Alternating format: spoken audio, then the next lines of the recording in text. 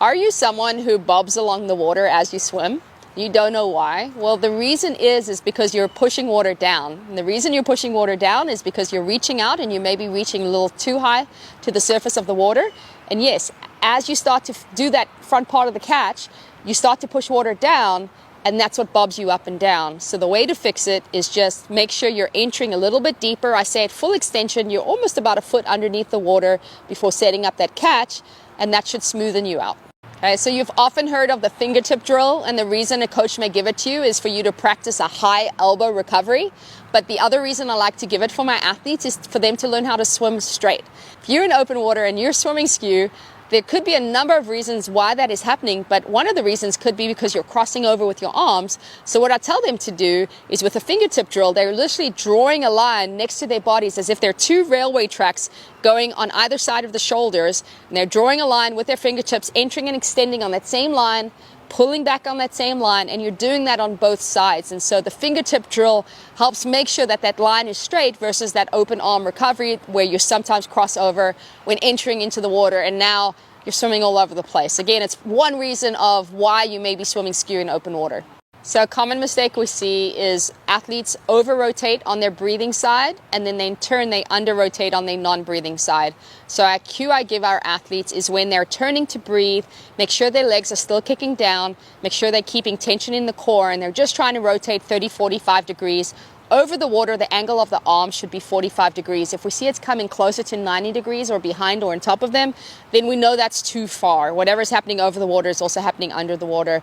Then on that non-breathing side, where the hip typically doesn't rotate at all, I tell our athletes to either drive that hip down on that opposite side, which then opens up that hip, or as they're pushing water back, think of pushing that hip away and opening up the hip. And we should see over the water that that arm comes out at 45 degrees. If it's coming out at 30 degrees, we're knowing that they're not rotating enough. So a common thing that I'm fixing in the pool is that when athletes are reaching out, they typically have their hand drift to the surface of the water, and with that, their hand is higher than their elbow and their shoulder, and so we then are in this dropped elbow position. So it's not that their elbow is low, it's that their hand is high. So think about when you're reaching out, make sure that your fingertips are always lower than the wrist, the elbow, and the shoulder in order to get it quickly in that catch position where you're then seeing your hand face backwards.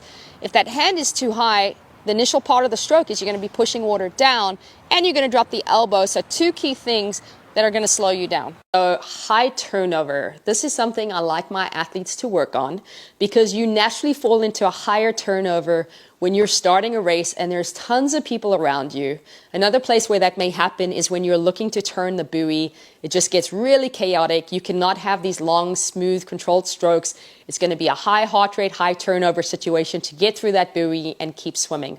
Now, when you try to swim with a high turnover, know that you cannot rotate as much as you might have been rotating.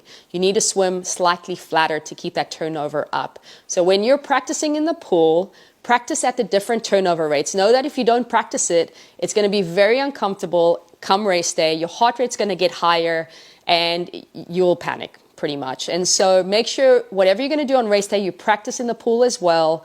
My tip to you is if you want to get your cadence up, you are not rotating as much as what you would typically do if you have long, powerful strokes.